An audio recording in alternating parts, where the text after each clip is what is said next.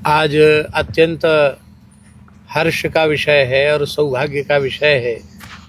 मोक्षप्रदा सप्तपुरियों में मायापुरी हरिद्वार क्षेत्र में अवस्थित श्री पातंजलि योगपीठ में परम श्रद्धेय योग ऋषि पूज्य स्वामी जी की मंगलमयी सन्निधि में हमारे नव संवत्सर का नव वर्ष का शुभारंभ हो रहा है।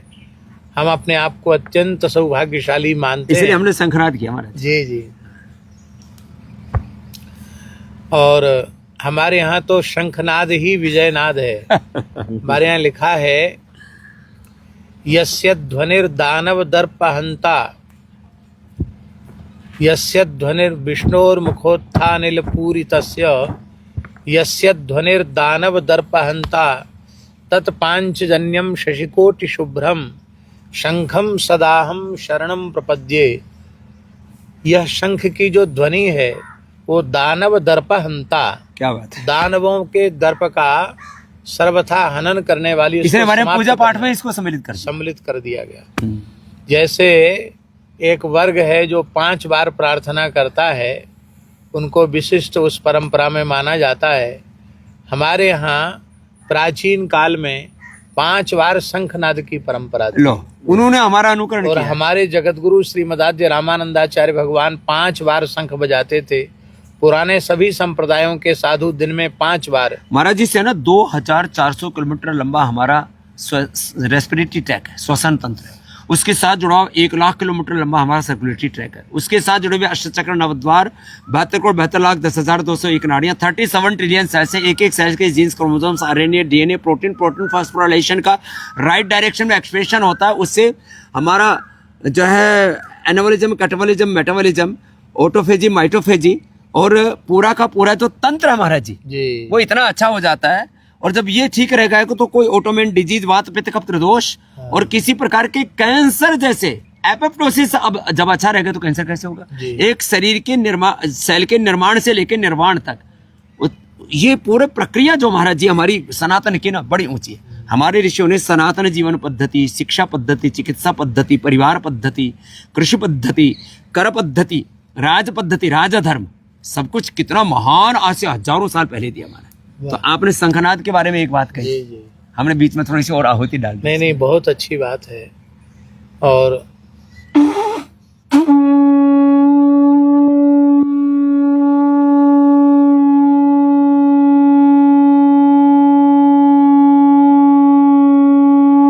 एक दिन हमने और पूज्य महाराज जी ने, काष्ण गुरु जी महाराज जी ने लगातार 1 मिनट तक ऐसे शंख बजाया, वायरल हो गया।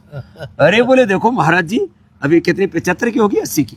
नहीं, 80 से ऊपर, 82 83। 80 की उम्र में, ये 2 साल पहले की बात है, लगभग 80 की उम्र में देखो एक साधु 1 मिनट तक शंख बजा रहा, कितना उसका फेफड़े कितने मजबूत होंगे। जी महाराज जी कुछ कह रहे थे। शंखनाद, फिर पंचदेव उपासना, जी जी, फिर आज के दिन वो आप बता रहे थे निम्ब भक्षण, और आज के दिन ध्वजारोहण अवश्य करना चाहिए घर में। सिख ऊपर ऊपर प्रतिग्रहे कुर्यात ध्वजारोहण।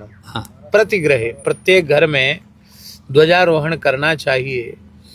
और आज बालकों को नवीन वस्त्र और स्त्रियों को नवीन वस्त्र अलंकार, अच्छा इसलिए आपने हमको नवीन वस्त्र दिया। आज नए वस्त्र धारण करना चाहिए क्योंकि नव संवत्सर है, नया साल है, नया वस्त्र। और वस्तुतः सच्ची बात तो ये है, नए उत्साह से, नए संकल्पों से सनातन परंपरा का नववर्ष यही है, क्योंकि चैत्र शुक्ल प्रतिपदा के दिन ही भगवद आज्ञा से ब्रह्मा जी ने इस सृष्टि का शुभारंभ किया था। तो ये संपूर्ण सृष्टि की प्रादुर्भाव तिथि है। इसे साउथ में महाराज जी जुगादी कहते हैं। जुगादी, हाँ जुगादी है। और गुड़ी पड़वा महाराष्ट्र में जी। तो ये पूरे देश में, और सिंध परंपरा में चेटी चंद कहते हैं। ये सिंधी बैठा महाराज जी। अच्छा, हैप्पी चेटी चंद। तो महाराज जी ये, और हमें युगादि पर एक इंग्लिश का शब्द महाराज जी, रिजोल्यूशन। रिजोल्यूशन का मतलब है नए संकल्प, नई प्रेरणाएं हमें कुछ ऐसी लेनी चाहिए।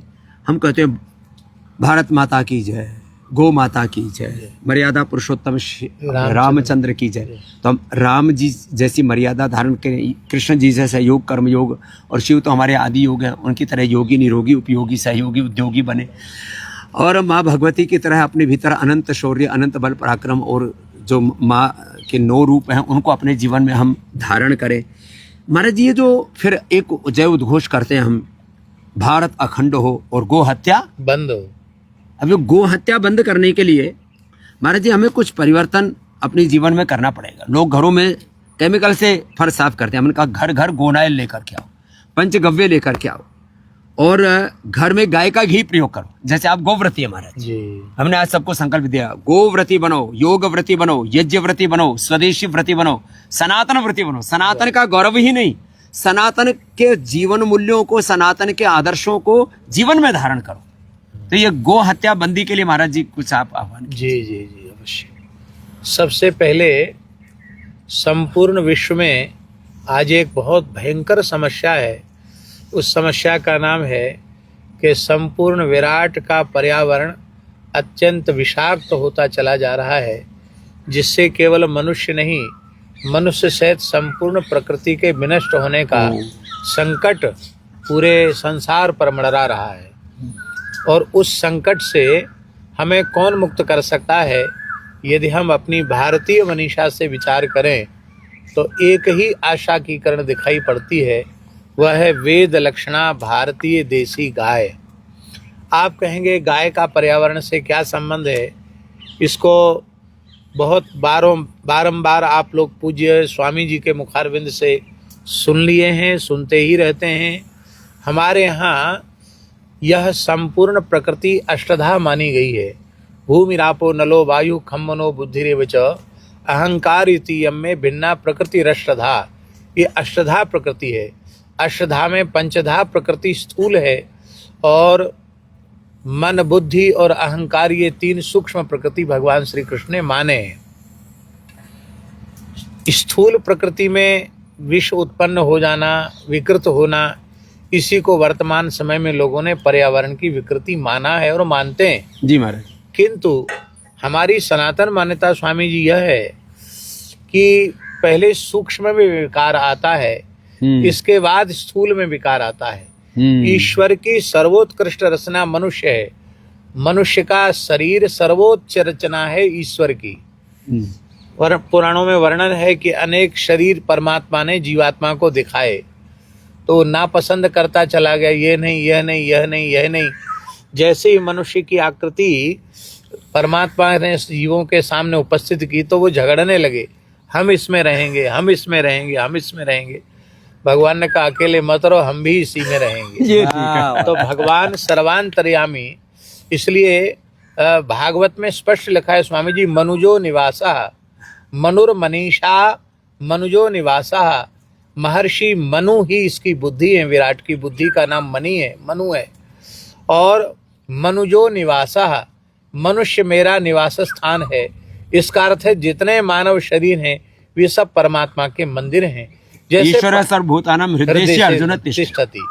जैसे मंदिर को पवित्र परिमार्जित स्वच्छ साफ रखना चाहिए, ऐसी यह देह देवालय है।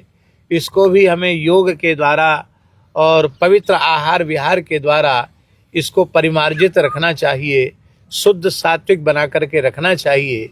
तो गाय की जो सबसे बड़ी महिमा यह है कि वह स्थूल प्रकृति का शोधन तो करती ही है, पृथ्वी का, जल का, वायु का, आकाश का, अग्नि का, समस्त तत्वों का शोधन तो वो करती ही है।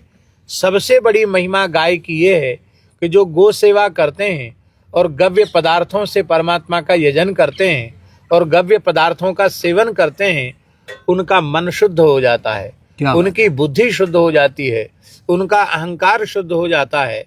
तो जब मन बुद्धि अहंकार शुद्ध हो जाएगा तो वह परमात्मा की बनाई हुई प्रकृति को परमात्मा का स्वरूप मानकर उसकी उपासना करेगा, उसमें जहर नहीं घोलेगा, उसका दोहन करेगा, क्योंकि प्रकृति ही गाय है और गाय का दोहन होता, गाय का शोषण नहीं होता है। और माँ जो है उसके आप स्तनों का दूध पी सकते हैं, उसका खून नहीं पीना। खून नहीं पीना। तो हम लोग क्या कर रहे हैं, प्रकृति का कत्ल कर रहे हैं। हाँ, प्रकृति का कत्ल। प्रकृति का जो दोहन है या उसका जो दुग्धपान है वो ये है कि आप प्रकृति से, जैसे आज आपने कहा निम्ब पत्र लीजिए, ये देखो कितना बढ़िया महाराज जी, सामने देखो ये पीपल का पेड़ है, जी, जी। पीपल के पत्ते खाने से महाराज जी कितना ही भयंकर पित्त रोग हो, ओ, उच्च रक्तचाप हो, शरीर में पित्त फूट फूट के निकल रहा हो, नीम से, पीपल से हाँ, और बिल्व से, जी, दूर्वा से, जी, ये एलोवेरा, ये वेटग्रास, जी। इससे पित्त का प्रशमन हो जाता है। तो हम प्रकृति में जो वनस्पतियां औषधियां हैं,